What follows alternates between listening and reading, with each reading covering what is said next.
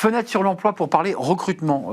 Recrutement au sein de l'armée française. Alors, il y a le discours du chef d'état-major des armées, ça c'était au Salon des maires, et il y a évidemment le discours du président de la République pour évoquer et indiquer qu'il y aurait donc ce service militaire volontaire avec une rémunération. Donc, l'armée recrute. On accueille le lieutenant-colonel Mathieu Brulé. Bonjour, mon colonel.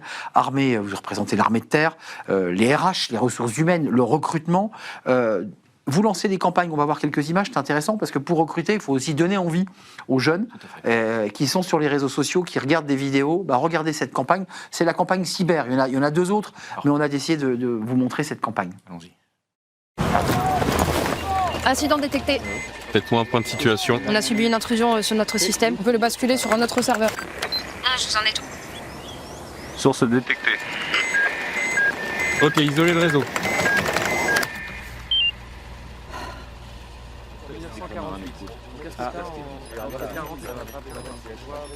Armée de terre, peux-tu le faire? Faire de sa ligne de code une ligne de front, on voit le modernisme, si je peux me permettre, la réalisation, on rentre dans un film. Ouais. C'est aussi ça le levier de recrutement. Il y a 16 000 jeunes à recruter. Alors c'est effectivement 16 000 jeunes qu'on recrute pour les soldats professionnels, donc pour l'armée d'active. Oui, on ne parle pas du service militaire volontaire. Alors, qui s'appelle Service National, qui fera appel effectivement à des volontaires. Depuis la semaine dernière et l'annonce du président, on a pour objectif d'en recruter 1800 pour l'armée de terre l'année prochaine, pour 2026, qui est la mise en place de ce nouveau dispositif. Donc 1800 sur 3 cohortes à partir du mois de septembre. 600 en septembre, 600 en octobre, 600 en novembre. Ça, c'est le service militaire ou le service national. Là, les 16 000 dont on parle, qui sont sous votre responsabilité et vos équipes, ça, c'est des soldats. Effectivement, ce sont alors à la fois des soldats, donc des militaires du rang, comme on les appelle, mais aussi des cadres. Des cadres, sous-officiers, officiers. On recrute sur un panel assez large de niveaux scolaires, du sans diplôme jusqu'au bac plus 5. Et pour plus de 117 métiers, 16 domaines de spécialité. Rendez-vous compte, c'est un vivier énorme qu'on a recruté. On a choisi la cyber parce que c'est aussi un secteur aujourd'hui où l'armée a créé, s'est développée.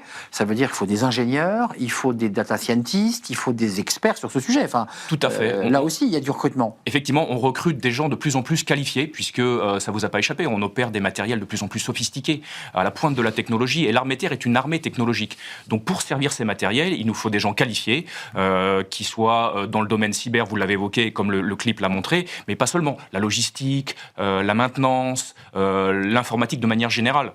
Mais le contexte international, le contexte géopolitique des négociations, une guerre en Ukraine, des tensions, est-ce que ça crée un sursaut? Est-ce que les propos du chef d'état-major des armées en disant il faut maintenant se défendre et il faut se préparer, qui a créé une polémique et qui a fait couler beaucoup d'encre, est-ce que ça provoque dans la population et chez les jeunes une sorte de sursaut patriotique, de se dire après tout, cette carrière militaire, ça me plaît, j'ai envie d'y aller, il y a plein de métiers? Eh ben, je pense, en tout cas je l'espère. En tant que recruteur, je mise aussi beaucoup sur le sens que les jeunes vont donner à leur engagement.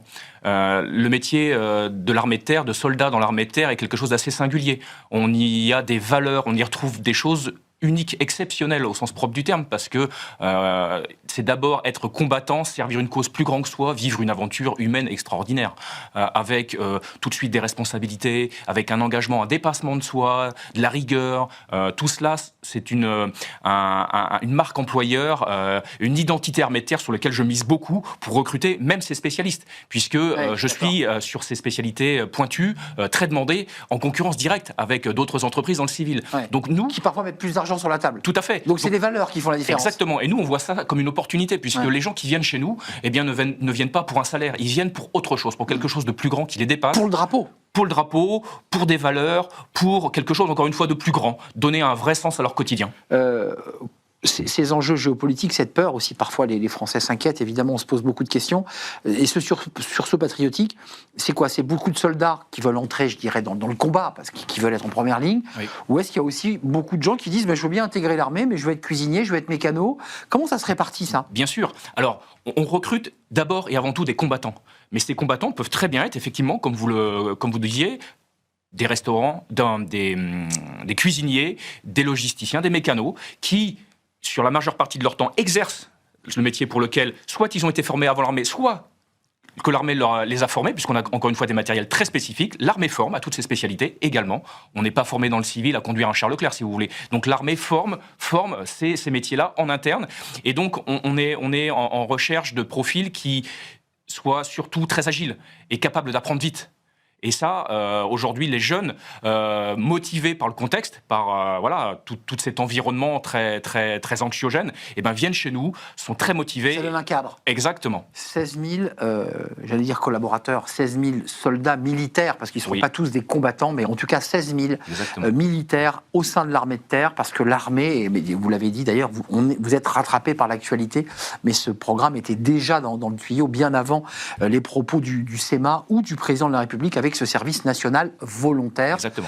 Merci de nous avoir rendu visite, Mathieu Brulé, lieutenant-colonel de l'armée de terre, très engagé évidemment sur cette campagne de recrutement avec toutes ses équipes. N'hésitez pas à www.armée-de-terre. S'engager.fr. S'engager.fr, ouais, je me suis trompé sur le site. Oh là là. S'engager.fr si ça vous intéresse. Merci à vous. Merci de nous avoir rendu visite.